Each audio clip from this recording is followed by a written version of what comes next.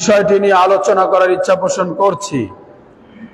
বিষয়টি যেহেতু আমরা রমজান মাস অতিক্রম করছি, সুতরাং রমজান মাসের মহত্ব, রমজান মাসের ফজিলত, রমজান মাসের যে গুরুত্ব রয়েছে, যেই প্রাপ্তি রয়েছে রমজান মাসের, সেই প্রাপ্তিগুলো হাসিল করার জন্য, সেগুলো নিজেদের আমল নামায় জোগাড় করার জন্য, যেই আমলগুলো আমরা করতে পারি, যেই কাজগুলো আমাদের করা উচিত, সেই বিষয়গুলোকে সামনে রেখেই আজকে রমজানের বিশেষ আমল সম্পর্কে সংক্ষিপ্তভাবে খুতবায় আলোচনা করার চেষ্টা করব ইনশাআল্লাহ। ওয়ামা তাওফীকি ইল্লা বিল্লাহ আলাইহি তাওয়াক্কালতু ওয়া ইলাইহি উনীব। সম্মানিত প্রাণপ্রিয় মুসল্লিবৃন্দ, আমরা রমজানের রোজা রাখার ক্ষেত্রে সর্বপ্রথম যেটা করে থাকি সেটা হচ্ছে নিয়ত। এটা অবশ্যই শুধু রোজার জন্য নয়, আমরা যত ধরনের আমল করি না কেন, যত ধরনের ইবাদত করি না কেন, সকল ইবাদতের ক্ষেত্রেই প্রথম যেই জিনিসটা দরকার সেটাই হচ্ছে নিয়াত। এই নিয়ত ছাড়া আমাদের কোনো আমলই মহান রব্বুল আলামিন পর্যন্ত পৌঁছাবে না। কারণ রাসূল করিম সাল্লাল্লাহু আলাইহি সাল্লাম বলেছেন, আমরা জানি যে ইন্নামাল আমালু বিন্নিয়াত, প্রত্যেকটা কর্মের প্রতিদান দেওয়া হয় হচ্ছে নিয়তের উপরে। সুতরাং যেমন ভাবে প্রত্যেকটা আমলের ক্ষেত্রে পরিশুদ্ধ নিয়ত করা জরুরি, অনুরূপ ভাবে রমজানের রোজা রাখার ক্ষেত্রেও অবশ্যই আমাদের নিয়ত করতে হবে। নিয়ত ছাড়া রোজার মাঝে পরিপূর্ণতা আসবে না। কিন্তু বিষয় হচ্ছে, দুঃখের বিষয় হলেও সত্য, আজকে আমরা নিয়ত করার নামে নিয়ত করি। আশা করি বিষয়টি বুঝতে পেরেছেন। নিয়ত করার নামে আমরা বিষয়টি পড়ি, কিন্তু এই নিয়ত করতে গিয়ে যেই নিয়তটা আমাদেরকে শেখানো হচ্ছে বা যে নিয়তটা আমরা পাঠ করছি, সেই পাঠকৃত নিয়তের আমরা কি কখনো অনুবাদ করে দেখেছি? যে আমরা যে নিয়ত পড়ছি, এই নিয়তের মাঝে আমি কি বলছি, আমি রোজার নিয়ত করতে গিয়ে কি পাঠ করছি, এই অনুবাদটা একটু আমাদের দেখা দরকার ছিল সম্মানিত মুসলিমবৃন্দ। কারণ আমরা যেই নিয়তটা করে থাকি নাওয়াইতু আন আসুমা গদান, এর অর্থ হচ্ছে আমি নিয়ত করছি, আমি সংকল্প করছি আমি আগামীকাল রোজা রাখব। তাহলে আমি আপনি ভোরবেলায় সুবে সাদিকের পূর্বে খাওয়া দাওয়া শেষ করছি, সাহারি করছি, কিন্তু সাহারি করছি আজকে রোজা রাখার জন্য, কিন্তু আমি আপনি পাঠ করছি নাওয়াইতু আন আসুমা গদান, আমি আগামীকাল রোজা রাখার নিয়ত করছি। আজব ব্যাপার।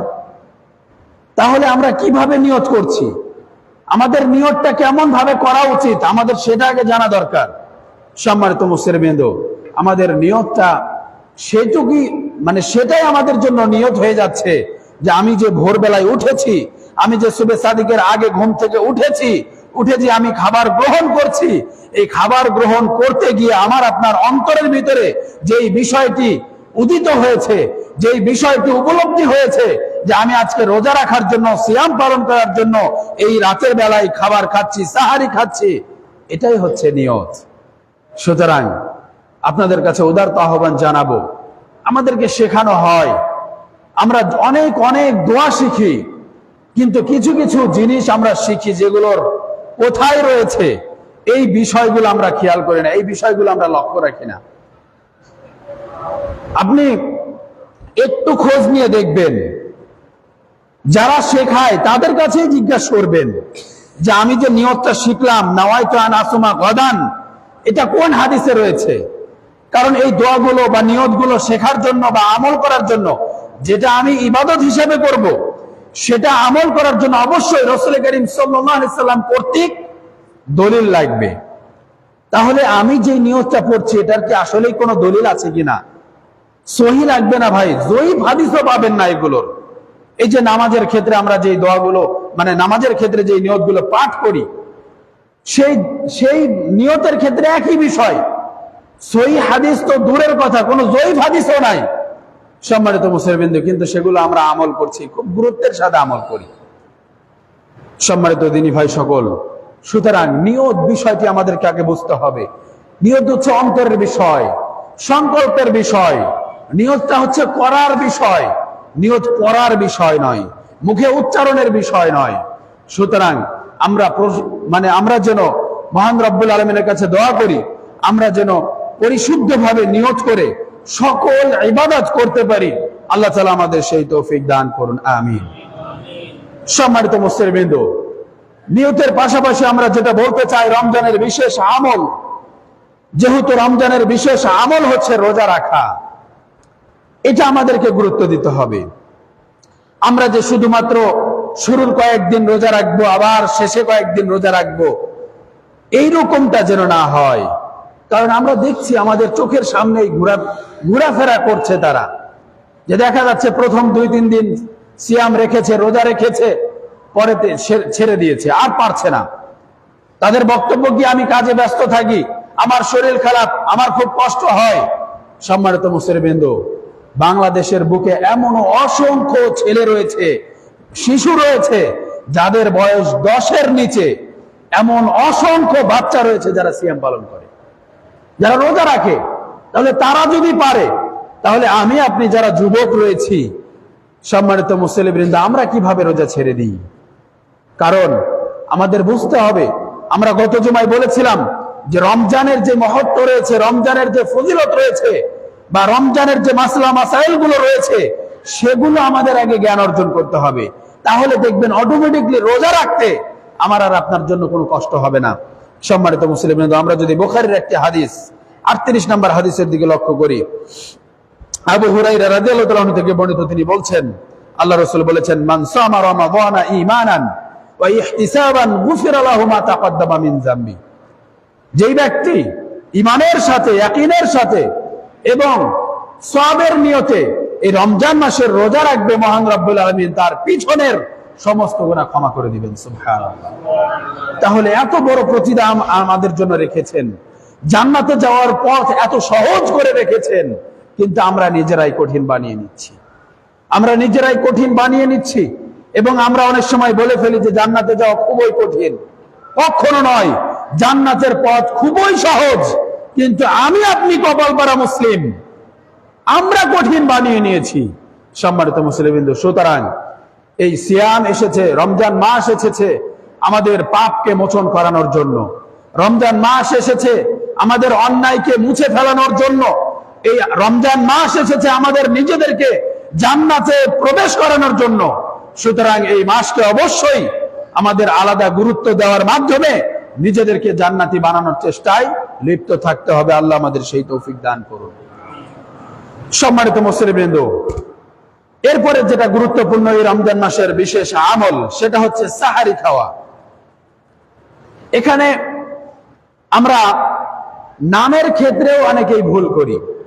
এমন কি দেখবেন মসজিদে মসজিদে রাত্রের হয়তোবা 3টার পর থেকেই ডাকাডাকি শুরু হয়ে যায়। এই ডাকাডাকির মাঝেও এই নামগুলো, এই যে সাহারি, এই সাহারির জায়গায় আমরা সেহরি বলি। সেহরি অর্থ হচ্ছে জাদু, আর সাহারি অর্থ হচ্ছে রাতের খাবার, যেটা আমরা সিয়াম পালন করার জন্য খেয়ে থাকি, বরকতপূর্ণ একটি খাবার। সুতরাং নাম বলার ক্ষেত্রেও আমাদের সতর্ক থাকতে হবে। যে বিষয়টি আমাদের সামনে চলে আসলো, রাতের বেলায় এই সাহারির জন্য প্রায় সবগুলো মসজিদেই ডাকাডাকি হয়। এগুলো আসলে সুন্নাত পদ্ধতি নয়। হ্যাঁ, সেই সময়ের জন্য হয়তোবা সুযোগ নেওয়া যেত, যে সময় মানুষ ঘুম থেকে ওঠার কোনো পথ ছিল না, যে সময় মানুষের কাছে মোবাইল ফোন ছিল না, অ্যালার্ম বাজানোর মতো কোনো যন্ত্র ছিল না, এই সময় ডাকাডাকি করতেন, সেটা ঠিক ছিল। কিন্তু এখন প্রত্যেকটা ঘরে ঘরে অসংখ্য ফোন রয়েছে, অসংখ্য অ্যালার্ম বাজানোর যন্ত্র রয়েছে। তাহলে কেন আমরা এই মসজিদে ডাকাডাকি করে অসংখ্য শিশুর ঘুম নষ্ট করি, অসংখ্য অসুস্থ ব্যক্তিকে কষ্ট দিই, অসংখ্য অমুসলিম রয়েছে যাদেরকে আমরা কষ্ট দিই? এটা আমাদের ইসলাম শরীয়ত সম্মত নয়। এটা আমাদের বুঝতে হবে, এটা আমাদের গভীরভাবে চিন্তা করা দরকার যে রাতের বেলায়, গভীর রাতে আমি মাইক বাজিয়ে শব্দ দূষণ করে মানুষদেরকে যে কষ্ট দিচ্ছি, এই কষ্ট দেওয়া আমার আপনার জন্য উচিত নয়। ইসলাম এটা সাপোর্ট করে না। সম্মানিত মুসলিমবৃন্দ, সুতরাং আমাদেরকে এই কর্মটা বন্ধ রাখতে হবে, এই কর্মটা বাদ দিতে হবে যে কোনোভাবেই মসজিদের মাইকে কোনো আজান ছাড়া অন্য কোনো ঘোষণা দেওয়া মোটেও আমাদের জন্য উচিত নয়। এমনকি মানুষ যদি মারাও যায়, সেই ঘোষণাটাও যেন মসজিদের মাইকে না দেওয়া হয়, এই ব্যাপারে অসংখ্য আলেমের ফতোয়া রয়েছে। সম্মানিত দিনী ভাই সকল, আল্লাহ আমাদের সঠিক বোঝ দান করুন। সাহারির ক্ষেত্রে বলবো, আমাদেরকে অবশ্যই এই সাহারিকে গুরুত্ব দিতে হবে। সাহারিটা ঠিক টাইমে খেতে হবে। অনেক ভাইদেরকে দেখা যায় যে রাত্রি একটু গভীর করে নিয়ে রাত জেগে ফোন টিপার মাধ্যমে, টিভি দেখার মাধ্যমে, বিভিন্ন ব্যস্ততার মাধ্যমে নিজেকে ব্যস্ত রেখে একবারে হয়তোবা রাত 12টার পরে সাহারি খেয়ে ঘুমিয়ে গেল রোজার নিয়তে। সম্মানিত মুসলিমবৃন্দ, রোজা হবে না আমি বিষয়টি এরকম বলবো না, কিন্তু বিষয় হচ্ছে ইমাম বুখারী রাহিমাহুল্লাহ একটি অধ্যায় রচনা করেছেন। সেই অধ্যায়ের নামই দিয়েছেন সময়ের শেষ সময়ে সাহারি খাওয়া উত্তম।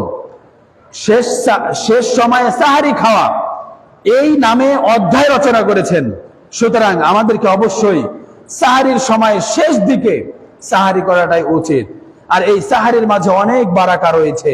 যেমন আমরা যদি বুখারীর হাদিস 1923 নম্বর হাদিসের দিকে লক্ষ্য করি, আনাস ইবনে মালিক রাদিয়াল্লাহু তাআলা থেকে বর্ণিত, তিনি বলছেন আল্লাহ রাসূল বলেছেন, তাসাহারু ফা ইন্না ফিস সাহুরি বারাকাতান, যে তোমরা সাহারি খাও, সাহারি গ্রহণ করো, কারণ এই সাহারির মাঝে অনেক বারাকা রয়েছে।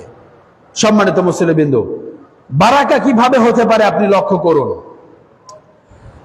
এই সময়টা এমন একটা সময়, যে সময় মহান রব্বুল আলামিন প্রথম আসমানে অবস্থান করে, এটা তো আমরা সবাই জানি যে প্রত্যেক রাত্রে মহান রব্বুল আলামিন রাতের শেষ অংশে সুবে সাদিকের আগ পর্যন্ত তিনি প্রথম আসমানে এসে বান্দাদেরকে ডাকতে থাকেন যে কে আছো আমার কাছে চাইবে, আমি তার ডাকে সাড়া দিব। সুতরাং এই কারণেও এই সাহারির সময় যদি আমরা দোয়া করি, বিভিন্ন আল্লাহর কাছে যদি চাই বা খাবার গ্রহণ করি, এটা বরকতপূর্ণ একটি সময় এবং সাহারিটাও আমাদের জন্য বারাকা নিয়ে আসবে ইনশাআল্লাহ। সম্মানিত মুসলিমবৃন্দ, কারণ এই এই যে সাহারির ব্যাপারটা এতটাই গুরুত্ব দেওয়া দরকার। আল্লাহ রাসূলের একটি হাদিস এসেছে মিশকাতে 1983 নম্বর হাদিস, আমর ইবনে আস রাদিয়াল্লাহু তাআলা থেকে বর্ণিত, তিনি বলছেন, আল্লাহ রাসূল বলেছেন, ফাসলু মা বাইনা সিয়ামিনা ওয়া সিয়ামি আহলিল কিতাবি আকলু সাহর, যে আমরা যেই সিয়াম পালন করি, আমাদের সিয়াম এবং আহলে কিতাব যারা ইহুদি নাসারা তাদের যে সিয়াম রয়েছে, এই আমাদের সিয়াম এবং তাদের সিয়ামের মাঝে পার্থক্যই হচ্ছে আকলু সাহর, সাহারি গ্রহণ করা। সুতরাং অবশ্যই এই সাহারির মাঝে আলাদা গুরুত্ব রয়েছে, এই সাহারির মাঝে আলাদা পাওয়ার রয়েছে। কারণ যে ইহুদি নাসারারা তারা রোজা রাখে, তারা সাহারি গ্রহণ করে না। আমাদেরকে সাহারি গ্রহণ করতেই হবে, তাদের থেকে একে তো বিরোধিতা করতে, এবং এই সাহারির মাঝে অনেক বারাকা রয়েছে, এই বারাকাত গ্রহণ করার জন্য।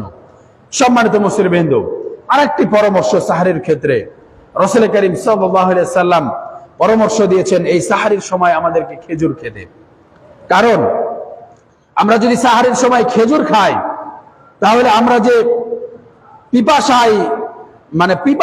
পিপাসার্ত হই, এই পিপাসা তেমন আসবে না যদি আমরা খেজুর খাই, এবং ক্ষুধাটাও আমাদের খুব কম অনুভূত হবে যদি আমরা খেজুর গ্রহণ করি। সুতরাং এটাও আমরা গ্রহণ করতে পারি সাহারিতে, যে খেজুর খাওয়ার মাধ্যমে, কয়েকটি খেজুর খাওয়ার মাধ্যমেও সাহারির বরকত হাসিল করতে পারি। সম্মানিত মুসলিমবৃন্দ, এরপরে রমজানের যে বিশেষ আমল, সেটা হচ্ছে ইফতার গ্রহণ করা। আমরা সুবে সাদিক থেকে নিয়ে সূর্য অস্ত পর্যন্ত এই সময়টুকু আমরা সিয়াম পালন করে থাকি।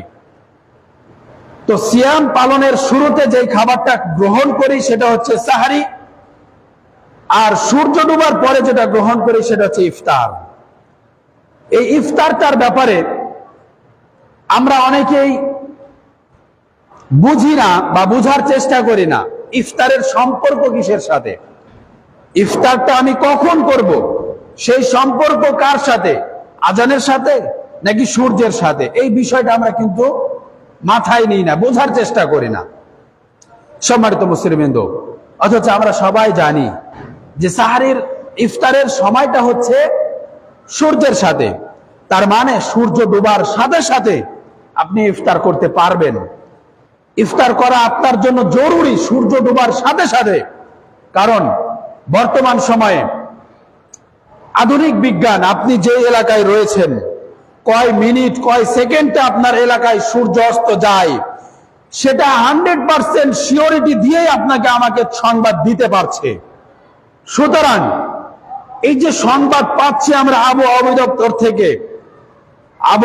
অধিদপ্তর থেকে সংবাদ পাওয়ার পরেও ইচ্ছাকৃত ভাবে যে আমরা অনেকেই দেরি করি, 3 মিনিট লেট করে আজান দেওয়া হয়, 3 মিনিট লেট করে ইফতার গ্রহণ করা হয়, এটা আমাদের জন্য মোটেও উচিত নয়। আলহামদুলিল্লাহ, অবশেষে এই বছরে আমরা বুঝতে সক্ষম হয়েছি, বোঝাতে সক্ষম হয়েছি। আলহামদুলিল্লাহ, ইসলামিক ফাউন্ডেশন থেকে ঘোষণা দেওয়া হয়েছে যে ইফতারের টাইম আর আজানের টাইম এটা আলাদা হবে না, এটা আলাদা হবে না। সূর্যাস্তের টাইম আর ইফতারের টাইম এটা আলাদা হবে না। এই জন্য আলহামদুলিল্লাহ তারা সূর্যের অস্তের টাইমটাকেই এবার ইফতারের টাইম হিসাবে গণ্য করে ঘোষণা করেছেন। আলহামদুলিল্লাহ, অসংখ্য মসজিদ, অসংখ্য প্রতিষ্ঠান সেগুলো গ্রহণ করে নিয়ে ক্যালেন্ডার ছাপিয়েছে।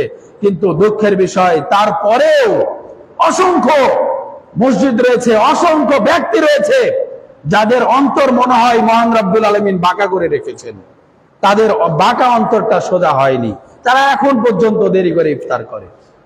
অথচ আমরা যদি হাদিসের দিকে লক্ষ্য করি, বুখারীর হাদিস 1957 নাম্বার, আন সাহাল ইবনে সা'দ রাদিয়াল্লাহু তাআলা আনহু থেকে বর্ণিত, আন্না রাসূলুল্লাহ সাল্লাল্লাহু আলাইহি ওয়াসাল্লাম قال, তিনি আল্লাহর নবী থেকে বর্ণনা করছেন, আল্লাহর নবী বলেছেন, লা ইয়াজালুন নাসু বিখাইরিন, মানুষ ততদিন পর্যন্ত কল্যাণের উপর থাকবে, মা আজ্জালুল ফিতরা, যতদিন পর্যন্ত মানুষ তাড়াতাড়ি ইফতার করবে। তাহলে লক্ষ্য করুন, মানুষের কল্যাণের উপর থাকার জন্য ইফতার তাড়াতাড়ি করাটা শর্ত করা হয়েছে, যে যতদিন পর্যন্ত মানুষ তাড়াতাড়ি ইফতার করবে ততদিন পর্যন্ত মানুষ কল্যাণের মাঝে থাকবে। তাহলে কেন আমরা তাড়াতাড়ি ইফতার করতে পারি না? কেন আমরা ইচ্ছাকৃত ভাবে দেরি করি? আল্লাহ রাসূলের আমলের দিকে যদি আমরা লক্ষ্য করি, বুখারীর হাদিস 1958 নাম্বার, ইবনে আউফ রাদিয়াল্লাহু তাআলা থেকে বর্ণিত, তিনি বলছেন, আমরা একটি সফরে ছিলাম। এই সফরে থাকা অবস্থায় আল্লাহ রাসূল একজন সাহাবীকে বলছেন, তুমি সওয়ারি থেকে নেমে তুমি ছাতু গুলে নিয়ে আসো, আমি ইফতার করব। তখন সেই সাহাবীটা আল্লাহ রাসূলকে বলছেন, আল্লাহ রাসূল, আরেকটু অন্ধকার হোক, আরেকটু সন্ধ্যা হোক, এরপরে আমরা ইফতার করি। আল্লাহ রাসূল কোনো কথা না বলে তিনি আবারও বলছেন, তুমি এখন নামো, এখন আমি ইফতার করব। তিনি ওই সাহাবীটা আবারও বলছেন, আল্লাহ রাসূল, আরেকটু সন্ধ্যা হোক, আরেকটু সন্ধ্যা হোক, এরপরে আমরা ইফতার করি। কিন্তু আল্লাহ রাসূল তাকে আবারও বলছেন যে না, তুমি এখন নামো, এখন তুমি ইফতার রেডি করো, আমি ইফতার গ্রহণ করব। তাহলে আল্লাহ রাসূল তাড়াতাড়ি ইফতার করার জন্য কতটা মুখিয়ে থাকতেন। সাহাবীরা তাকে নিষেধ করছেন যে একটু সন্ধ্যা হোক, তারপরে ইফতার করেন, কিন্তু আল্লাহ রাসূল সেই কথাগুলো ভ্রুক্ষেপ করেননি। কারণ আল্লাহ রাসূল আরেকটি হাদিসে বলেছেন, স্পষ্ট ভাবে এই হাদিসটা আমরা জানি, জানার পরেও গ্রহণ করি না।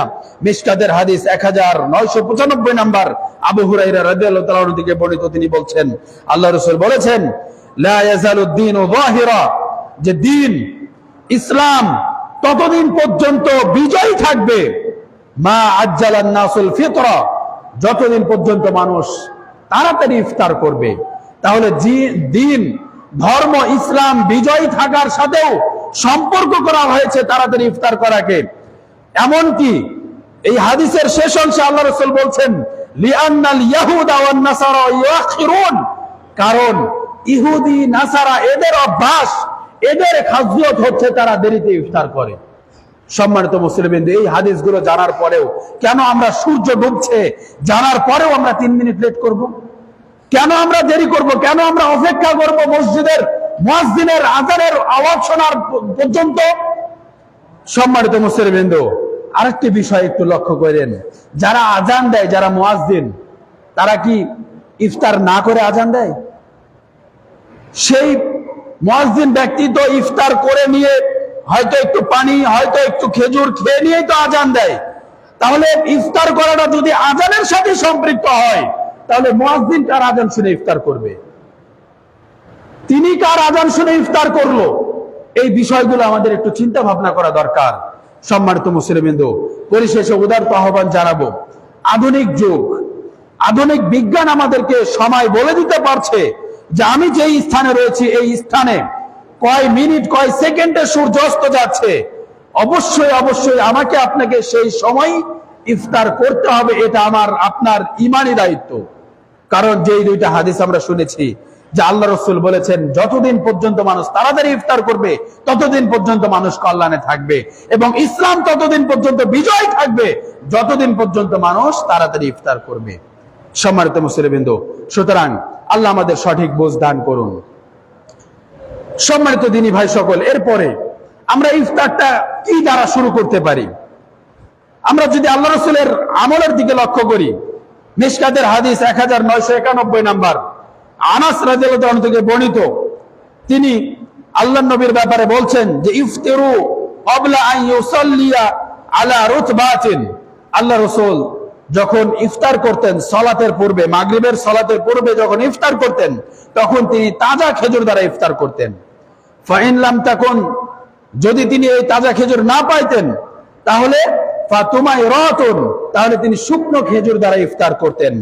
ফাইন লাম তাকুন তুমাইরাতুন, যদি তিনি শুকনো খেজুরও না পেতেন, হাসা হাসাওয়াতিন মিনাল মা, তাহলে তিনি কয়েক কোষ কয়েক ঢোক পানি দিয়ে তিনি ইফতার শুরু করতেন। সুতরাং আমরাও এটা সুন্নাত হিসেবে গ্রহণ করতে পারি যে সর্বপ্রথম সারাদিন রোজা থাকার কারণে পিপাসায় ক্লান্ত হয়ে আছি, এই জন্য যে প্রথমে পানি খেয়ে শুরু করব, এমনটা যেন না হয়। আমরা শুরু করব অবশ্যই খেজুর দ্বারা। যদি কোনো কারণে খেজুর না থাকে সেক্ষেত্রে আমরা পানি দ্বারা শুরু করতে পারি। এমনকি আধুনিক বিজ্ঞান এখন আমাদেরকে যেটা বলছে, সারাদিন সিয়াম রাখার পরে যদি আমরা প্রথম খাবারটা পানি দিয়ে শুরু করি তাহলে আমাদের ভিতরে কিডনিতে প্রবলেম হতে পারে, কিডনিতে সমস্যা হতে পারে। এই জন্য আমরা সর্বপ্রথম আগে খেজুর খাবো, খেজুর দিয়ে ইফতার শুরু করে নিয়ে এরপরে ইনশাআল্লাহ পানি পান করবো ইনশাআল্লাহ। সম্মানিত মুসলিমবৃন্দ, এরপরে ইফতারের পূর্ব মুহূর্তে আমরা যেটা করতে পারি সেটা হচ্ছে আমরা দোয়া করতে পারি। রমজানের রোজা থাকা অবস্থায় মহান রব্বুল আলামিন রোজাদার ব্যক্তির দোয়া কবুল করেন। সর্ব অবস্থায় আমরা দোয়া করতে পারি, বিশেষ করে এই ইফতারের পূর্ব মুহূর্তে মহান রব্বুল আলামিন দোয়া কবুল করেন। সুতরাং এই সময় আমরা বেশি বেশি দোয়া করার চেষ্টা করবো ইনশাআল্লাহ।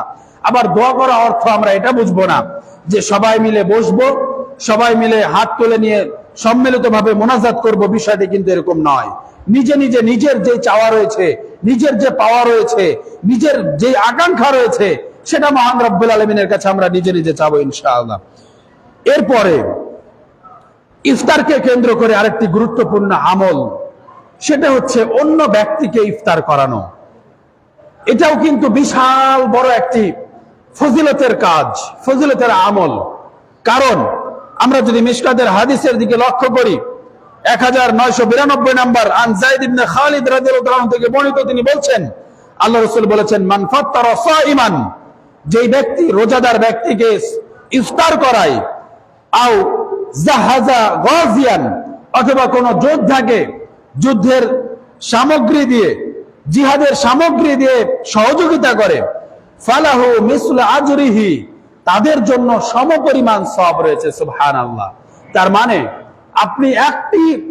আপনি একদিনে একটা রোজা রেখে একটা সিয়ামের সওয়াব পেতে পারেন, কিন্তু আপনি যদি বেশি সিয়ামের সওয়াব নিতে চান সেক্ষেত্রে আপনি এই আমলটা নিতে পারেন যে আপনি সিয়াম রেখেছেন, পাশাপাশি কয়েকজন সিয়াম রাখা ব্যক্তিকে ইফতার করান, তাহলে তারা যেই রোজা থেকে যেই সওয়াবটা পাচ্ছে আপনি শুধুমাত্র ইফতার করানোর কারণে সমপরিমাণ সওয়াব পাবেন। সুবহানাল্লাহ।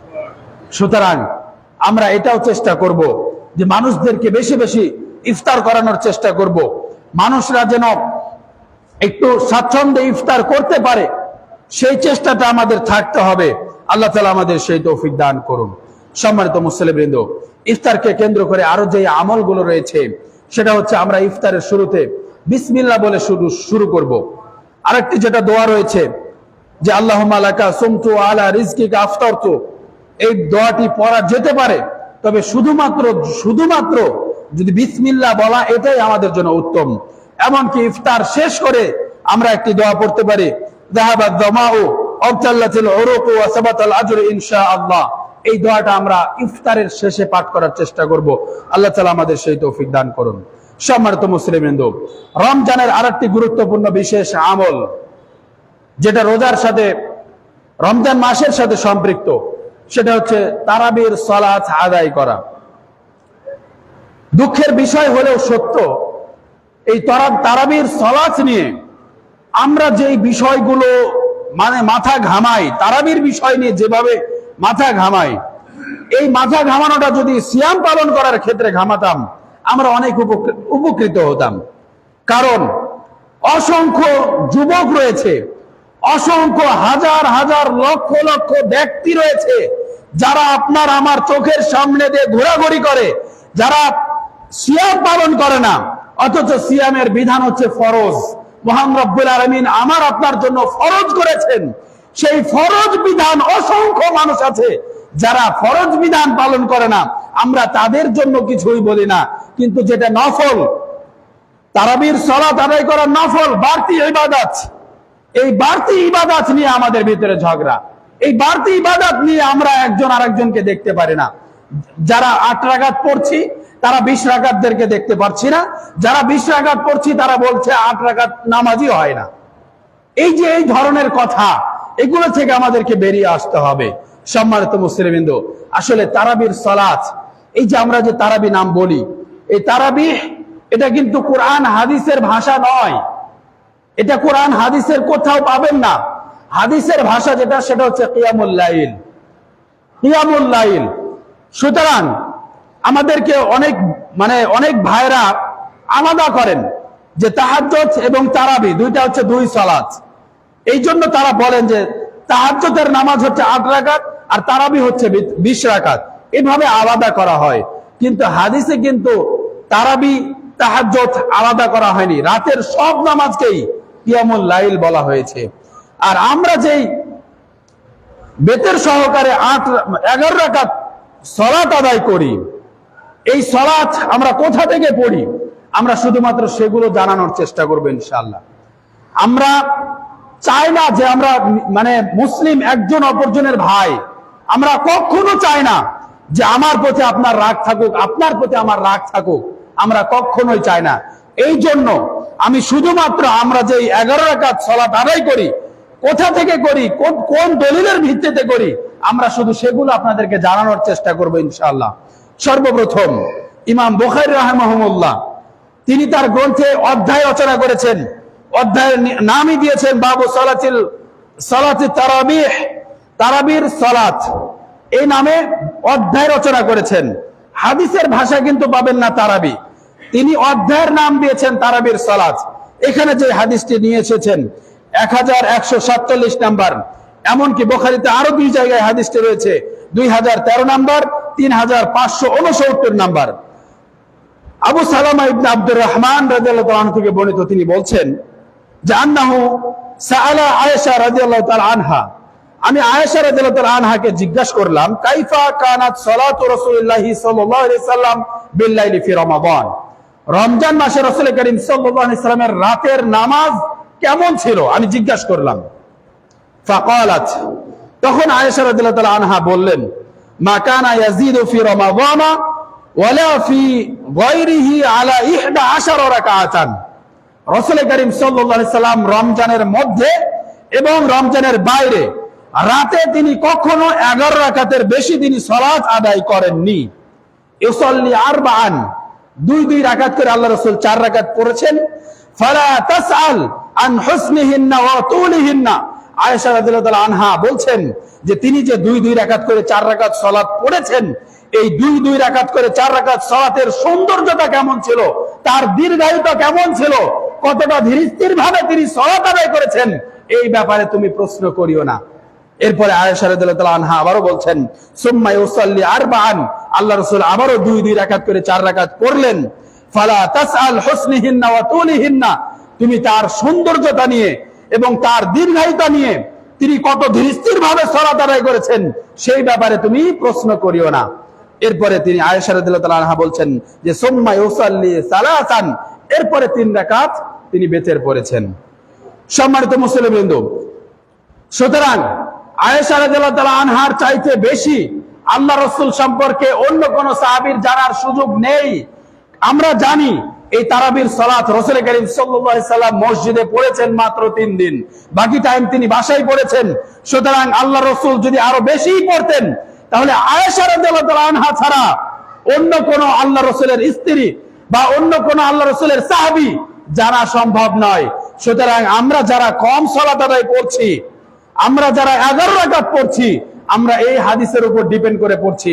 শুধু তাই নয়, আমরা যদি রাসূল করিম সাল্লাল্লাহু আলাইহি সাল্লামের যুগের দিকেও লক্ষ্য করি, ইবনে খুজাইমার হাদিস 1070 নম্বর, ইবনে হিব্বানের হাদিস 2409 নম্বর হাদিস, জাবির ইবনে আব্দুল্লাহ রাদিয়াল্লাহু তাআলা আনহু থেকে বর্ণিত, তিনি বলছেন, সাল্লা বিনা রাসূলুল্লাহ সাল্লাল্লাহু আলাইহি সাল্লাম ফি শাহরি রমাদানা 8 রাকাতিন ওয়া আওতারা। আমরা রাসূল করিম সাল্লাল্লাহু আলাইহি সাল্লামের জামানায় রমজান মাসে 8 রাকাত সালাত আদায় করেছি এবং বেতরের নামাজ পড়েছি। এই হাদিসটাও আমরা সামনে রাখতে পারি। শুধু তাই নয়, সাহাবীদের যুগে তারাবির নামাজ কেমন ছিল, আমরা যদি মিশকাতের হাদিস 1302 নম্বর হাদিস এবং মুয়াত্তা ইমাম মালিকের 253 নম্বর হাদিসের দিকে লক্ষ্য করি, আন সাইব ইবনে ইয়াজিদ রাদিয়াল্লাহু তাআলা আনহু থেকে বর্ণিত, তিনি বলছেন, আন্নাহু ক্বাল, তিনি বলছেন যে আমার ওমর ইবনে খাত্তাব, ওমর বিন খাত্তাব রাদিয়াল্লাহু তাআলা আনহুর জামানায় তিনি নির্দেশ করেছেন উবাই ইবনে কাব ও তামিম আদ-দারিয়া, উবাই ইবনে কাব এবং তামিম আদ-দারি এই দুইজন সাহাবীকে ওমর ইবনে খাত্তাব রাদিয়াল্লাহু তাআলা আনহু নির্দেশ করেছেন আইয়াকুমা লিন-নাসি বি-11 রাকাতান, তিনি যেন তার কওমের লোকদেরকে নিয়ে 11 রাকাত সালাত আদায় করেন। সম্মানিত মুসলিমবৃন্দ, এরকম আরো অসংখ্য হাদিস রয়েছে, যেই হাদিসকে সামনে রেখে রাসূলের আমল, আয়েশা রাদিয়াল্লাহু তাআলা আনহা থেকে বর্ণিত হাদিস, সাহাবীদের যুগের আমল, সাহাবীর হাদিস থেকে বর্ণিত হাদিস এবং ওমর বিন খাত্তাব রাদিয়াল্লাহু তাআলা আনহুর আমলেও তিনি যেই সাহাবীদেরকে নির্দেশ দিয়েছেন 11 রাকাত পড়ার ব্যাপারে, এগুলো একবারে সহিহ সনদে বর্ণিত হাদিস।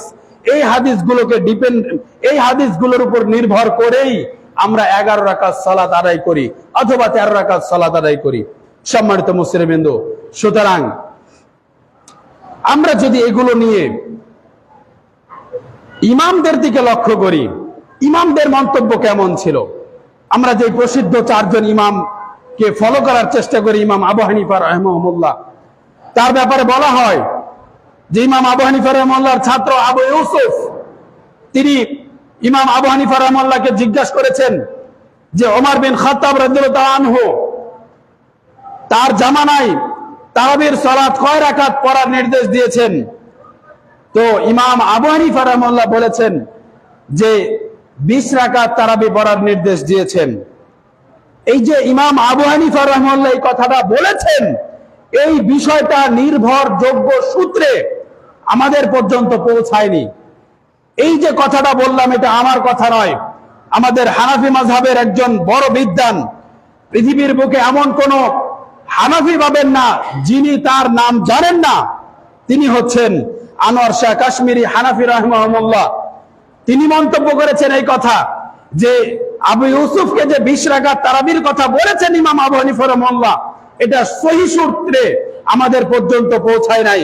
সুতরাং এই যে আমরা নিজেদেরকে ইমাম আবু হানিফা রাহিমাহুল্লাহর অনুসারী দাবি করে এই 20 রাকাতকে আমরা বলি যে ইমাম আবু হানিফা রাহিমাহুল্লাহ বলেছেন, কিন্তু আসলেই বলেছেন কিনা এটা সহিহ সূত্রে বর্ণিত নয়।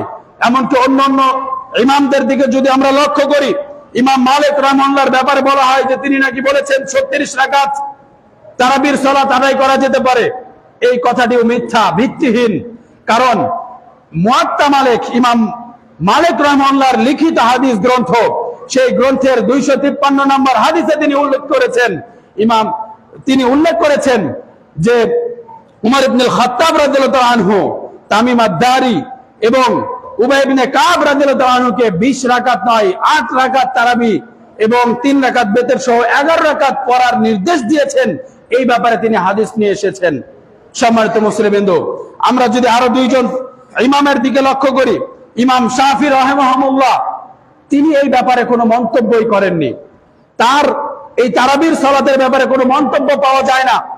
কারণ আমাদের চিন্তা করার বিষয়, ইমামদের মাঝে আমরা যেই ঠেলাঠেলি লাগিয়ে দিয়েছি, আমরা যে একজন আরেকজনকে এই তারাবির সালাত, নফল সালাত নিয়ে যেভাবে একজন আরেকজনের প্রতি ক্ষিপ্ত হচ্ছি, এগুলো কিন্তু ইমামদের মাঝে ছিল না।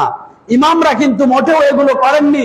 তারা কিন্তু সমসাময়িক ইমাম ছিলেন, তারা কিন্তু কখনো এগুলো নিয়ে ঝগড়ায় লিপ্ত হয়নি। সম্মানিত মুসলিমবৃন্দ, অনুরূপ ভাবে ইমাম আহমদ বিন হাম্বল রাহিমাহুল্লাহ, তিনি এই তারাবির সালাতের ব্যাপারে কোনো রাকাত নির্ধারণ করার পক্ষে ছিলেন না। তিনি রাকাত নির্ধারণের বিরোধী ছিলেন। তার দলিল হচ্ছে রাসূল করিম সাল্লাল্লাহু আলাইহি সাল্লাম একটি হাদিসে বলেছেন যে রাতের সালাত হবে মাসনা মাসনা, দুই দুই রাকাত করে। সেখানে সেই হাদিসে আল্লাহ রাসূল কিন্তু সংখ্যা নির্ধারণ করেননি। সুতরাং আমি আপনি যদি দুই দুই রাকাত করে যত খুশি রাতে পড়তে পারি, আমার আপনার জন্য কোনো অন্যায় হবে না। কিন্তু সংখ্যা নির্ধারণ করে নিয়ে মারামারি করা, সংখ্যা নির্ধারণ করে নিয়ে মসজিদ ভাগাভাগি করা, এটা আমার আপনার জন্য মোটেও কল্যাণকর নয়। সুতরাং পরিশেষে একটি কথা বলবো, যদি রাসূল করিম সাল্লাল্লাহু আলাইহি সাল্লামকে পরিপূর্ণভাবে অনুসরণ করতে চাই আমরা, তাহলে 11 রাকাত তারাবির সালাত আদায় করব। আর যদি আল্লাহ রাসূলের অনুসরণ সেই হাদিসটার করতে চাই যে আল্লাহ রাসূল বলেছেন রাতের সালাত মাসনা মাসনা, দুই দুই রাকাত করে, তাহলে যত খুশি আপনি পড়তে পারেন। কোন সংখ্যা নির্ধারণ করে নিয়ে আমাদের মাঝে মতনৈক্য তৈরি করব না ইনশাআল্লাহ। সম্মানিত মুসলিমবৃন্দ, কারণ মহান রব্বুল আলামিন কিন্তু সংখ্যা দেখবেন না যে কে কয় রাকাত সালাত আদায় করে গেছি। মহান রব্বুল আলামিন সংখ্যা গুনবেন না। মহান রব্বুল আলামিন দেখবেন আমাদের নামাজের কোয়ালিটি, আমরা কোন পদ্ধতিতে নামাজ পড়েছি, সেটা মহান রব্বুল আলামিন লক্ষ্য করবেন। সুতরাং রাকাত নিয়ে ঠেলাঠেলি না করে আমাদের ঠেলাঠেলি করা দরকার। যেই মসজিদে খুব দ্রুত সালাত আদায় করা হয়, সেই মসজিদগুলোতে আমাদের বিরোধিতা করা দরকার। সেই মসজিদগুলোতে খবর পৌঁছানো দরকার। সেই মসজিদের ইমামদেরকে আমাদের বলা দরকার যে আমরা তাড়াতাড়ি করে নামাজ পড়তে চাই না, আস্তে ধীরে পড়তে চাই। আমরা রাকাত বেশি পড়ার দরকার নেই। অল্প রাকাত পড়েও যদি সেটা মহান রব্বুল আলামিনের কাছে কবুল হয়, সেই সালাতের কারণে আমি আপনি জান্নাতে যেতে পারবো। কিন্তু অসংখ্য রাকাত বাড়িয়ে নিলাম, কিন্তু কোরআন তেলাওয়াত করলাম এত জোরে যে মুসল্লি বুঝতেই পারছে না, তাহলে সেই নামাজ দিয়ে আমার আপনার কি উপকার হবে? সম্মানিত মুসলিমবৃন্দ, আরেকটি বিষয়, আমরা তারাবির সালাতে আমাদের মনের আকাঙ্ক্ষা, চাওয়া যে তারাবির সালাতে আমরা খতম করব, কোরআন খতম করব। সারা বছর পড়তে পারি না, তারাবির সালাতে খতম করব। এখন খতম করতে গিয়ে যে তাড়াহুড়া করে যেই গতিতে আমরা কোরআন তেলাওয়াত করা হচ্ছে, সেই গতিতে তেলাওয়াত করতে গিয়ে তো কোরআনের অসংখ্য জায়গায় অর্থের পরিবর্তন হয়, অসংখ্য জায়গায় স্পষ্টভাবে উচ্চারণ হয় না। এই দায়ভার কে নিবে? তাহলে অস্পষ্টভাবে যদি আমরা কোরআন তেলাওয়াত করে সালাত আদায় করি, সেই সালাত কি আল্লাহর কাছে কবুল হবে? সেটা আমাদের মাথায় নিতে হবে। সম্মানিত মুসলিমবৃন্দ, রাকাত বিষয়টি ফ্যাক্ট নয়, আমাদের দেখতে হবে নামাজের কোয়ালিটি। অসংখ্য মসজিদ রয়েছে, আমরা যেখানে 11 রাকাত পড়তে যেই সময় লাগাই, অসংখ্য হাজার হাজার মসজিদ রয়েছে, সেখানে 20 রাকাত বা তার চাইতে বেশি পড়লেও সেই সময় লাগে না। আমার চোখের সামনে রয়েছে যে আমি যেখানে সালাত আদায় করাই, তারাবির সালাত পড়ে বাইরে যাওয়ার পরে দেখি যারা 20 রাকাত পড়ে বের হয়ে আসছে, তাদের সালাত আগে শেষ হয়ে গেছে। তাহলে সেই সালাত দিয়ে আমরা কি করব? যেই সালাত আমাদের মহান রব্বুল আলামিন কবুল করবেন না। সুতরাং সর্বোপরি কথা, তারাবির রাকাত কয় রাকাত এটা মুখ্য বিষয় নয়, এটা মুখ্য বিষয় নয়। আমাদের দেখতে হবে নামাজের কোয়ালিটি। আল্লাহ আমাদের সঠিক বুঝ দান করুন। এই তারাবির বিষয় নিয়ে যেন আমরা কোনো ঠেলাঠেলি না করি, আল্লাহ তুমি আমাদের সেই তৌফিক দান করো। এই তারাবির বিষয় নিয়ে যেন আমরা ভাই বিভেদ সৃষ্টি করে আমরা একজন অপরজনের থেকে দূরে সরে না যাই, আল্লাহ তুমি আমাদের সেই তৌফিক দান করো, আমিন। সম্মানিত মুসলিমবৃন্দ, রমজানের আরো বিশেষ যেটা আমল, সেটা হচ্ছে রোজা থাকা অবস্থায় আমাদেরকে মিথ্যা কথা বলা, মিথ্যা কাজ বা অশ্লীল যেই কর্মগুলো রয়েছে সেগুলো থেকে নিজেদেরকে বাঁচিয়ে রাখতে হবে। কারণ বুখারীতে হাদিস এসেছে 1903 নাম্বার, আবু হুরায়রা রাদিয়াল্লাহু তাআলা থেকে বর্ণিত, তিনি বলছেন আল্লাহ রাসূল বলেছেন, মান লাম ইয়াদা কাওলা যুর ওয়া আমালা বিহি ফালাইসা লিল্লাহি হাজাতুন ফি আইয়াদা তুআমাহু ওয়া শারাবাহু। আল্লাহ রাসূল বলছেন, যে ব্যক্তি রোজা থাকা অবস্থায় মিথ্যা কথা ছাড়লো না, সেই অনুযায়ী আমল করা ছাড়লো না, তার এই সারাদিন না খেয়ে থাকা, তার এই সারাদিন পানাহার থেকে নিজেকে বাঁচিয়ে রাখা মহান রব্বুল আলামিনের কোনো প্রয়োজন নাই। নাউযুবিল্লাহ। তার মানে হচ্ছে আমি রোজা থাকলাম কিন্তু আমি মিথ্যা কথা বললাম, আমি রোজা থাকলাম মানুষকে ধোঁকা দিলাম, আমি রোজা থাকলাম মানুষের সাথে প্রতারণা করলাম, সেই রোজা সারাদিন না খেয়ে থাকা, সারাদিন পানাহার থেকে বেঁচে থাকা, এটা মহান রব্বুল আলামিনের কাছে কোনো প্রয়োজন নাই। সুতরাং যদি আমাকে আপনাকে রোজা রাখতেই হয় তাহলে সেইভাবেই রাখতে হবে, রোজা থাকা অবস্থায় কোনো পাপাচার আমার আপনার জন্য সংগঠিত না হয় এই ব্যাপারে আমাদের সজাগ দৃষ্টি রাখতে হবে। এমনকি রোজা থাকা অবস্থায় আমরা নিজেদেরকে বাঁচাতে পারি কিভাবে সেটাও আল্লাহ রাসূল শিখিয়ে দিয়েছেন। যে কোন সময় যদি রোজা থাকা অবস্থায় কেউ ঝগড়া করতে এসেছে বা কেউ গালিগালাজ করছে, কেউ আপনার সাথে তর্কে লিপ্ত হতে চাচ্ছে, এই সময় আমরা কি করতে পারি সেটা আল্লাহ রাসূল শিখিয়েছেন। বুখারীর হাদিস 1904 নম্বর, আবু হুরায়রা থেকে বর্ণিত হাদিস। আল্লাহ রাসূল বলেছেন, আসিয়ামু জান্নাতুন, সিয়ামটা হচ্ছে ঢাল স্বরূপ, রোজাটা হচ্ছে ঢাল স্বরূপ। এই রোজা মানুষকে পাপাচার থেকে রক্ষা করবে, মানুষকে অন্যায় থেকে রক্ষা করবে, মানুষকে সকল ধরনের অশ্লীলতা বেহায়াপনা থেকে রক্ষা করবে এই সিয়াম। এমনকি রোজাদার ব্যক্তিকে জাহান্নাম থেকে প্রোটেক্ট করবে এই সিয়াম। এই জন্য আল্লাহ রাসূল বলছেন আসিয়ামু জান্নাতুন, সিয়ামটা হচ্ছে ঢাল স্বরূপ। এরপর আল্লাহ রাসূল বলছেন ওয়া ইযা কানা ইয়াউমু সাওমি আহাদাকুম, যখন তোমাদের কোন ব্যক্তি সিয়াম পালন করবে, ফালা ইয়ারফুস, সে যেন কোনো অশ্লীলতায় লিপ্ত না হয়, ওয়ালা ইয়াসখাব, এবং সে যেন কোনো ঝগড়ায় লিপ্ত না হয়। ফাইন সাবাহু আহাদুন, যদি কোনো ব্যক্তি ঝগড়া করার নিমিত্তে যদি গালিগালাজ করে, আও কাতালাহু, অথবা ঝগড়ায় লিপ্ত হতে আসে, ফালইয়াকুল, তাহলে সে যেন বলে ইন্নী ইমরুউন সাইমুন, নিশ্চয় আমি রোজা রয়েছি, আমি রোজা আছি।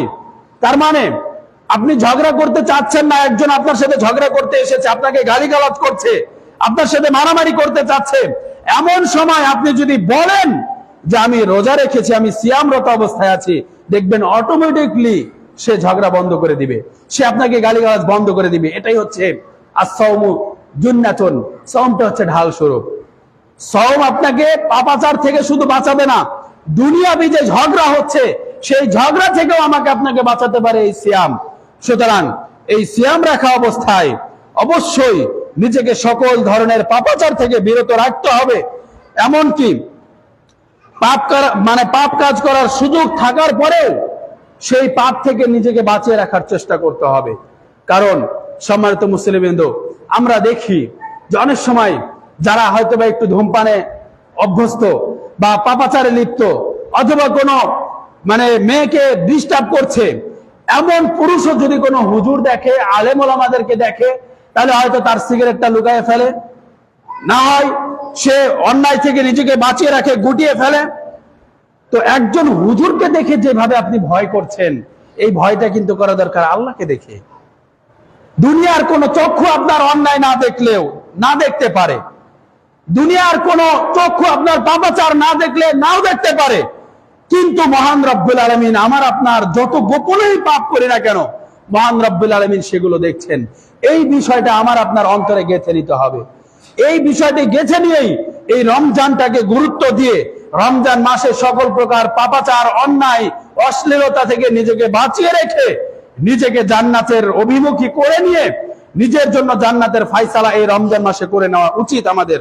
সম্মানিত মুসলিমবৃন্দ, পরিশেষে আরেকটি পরামর্শ দিব, সেটা হচ্ছে রমজানের বিশেষ আমল, সেটা হচ্ছে আমরা বেশি বেশি ইস্তেগফার করতে পারি। কারণ এই মাস এমন একটা মাস যে মাসে মহান রব্বুল আলামিন অসংখ্য পাপীকে আল্লাহ ক্ষমা করে দিবেন। এমনকি আমরা প্রসিদ্ধ একটি আয়াত জানি, মহান রব্বুল আলামিন বলছেন যে ফাকুল তুস্তাগফিরু রাব্বাকুম ইন্নাহু কানা গফফারা, যদি তোমরা মহান রব্বুল আলামিনের কাছে ইস্তেগফার করো তাহলে মহান রব্বুল আলামিনকে পাবে তোমরা গফফার হিসাবে, মহা ক্ষমাশীল হিসাবে। সুতরাং আমরা এই মাসে বেশি বেশি ইস্তেগফার করার চেষ্টা করব, বেশি বেশি যে আমলগুলো শুনলাম সেই আমলগুলো করার চেষ্টা করব। এবং আরেকটি গুরুত্বপূর্ণ আমল যেটা হচ্ছে কোরআন তেলাওয়াত করা, আমরা চেষ্টা করব বেশি বেশি কোরআন তেলাওয়াত করা। এবং এই কোরআনের মাঝেও অনেক জিনিস আমাদের লুকায়িত রয়েছে, কোরআনের মাধ্যমে এই রমজান মাসের সাথে কোরআনের অনেক গভীর সম্পর্ক রয়েছে। সেই বিষয়গুলো আমাদের যেহেতু সময় শেষ, আজকে আর সামনে আনতে চাচ্ছি না। আগামী জুমায় ইনশাআল্লাহ কোরআনের বিষয় সহ আরো যে বিভিন্ন আমল রয়েছে, যেগুলো আমাদের করণীয় রয়েছে, সেই বিষয়গুলো আমরা সামনে নিয়ে আসার চেষ্টা করবো ইনশাআল্লাহ। পরিশেষে আল্লাহর কাছে দোয়া করি, মহান রব্বুল আলামিন এই রমজান মাস আমরা যেন বেশি বেশি ইবাদত করতে পারি। আল্লাহ তুমি আমাদের সেই তৌফিক দান করো। এই রমজান মাসের বেশি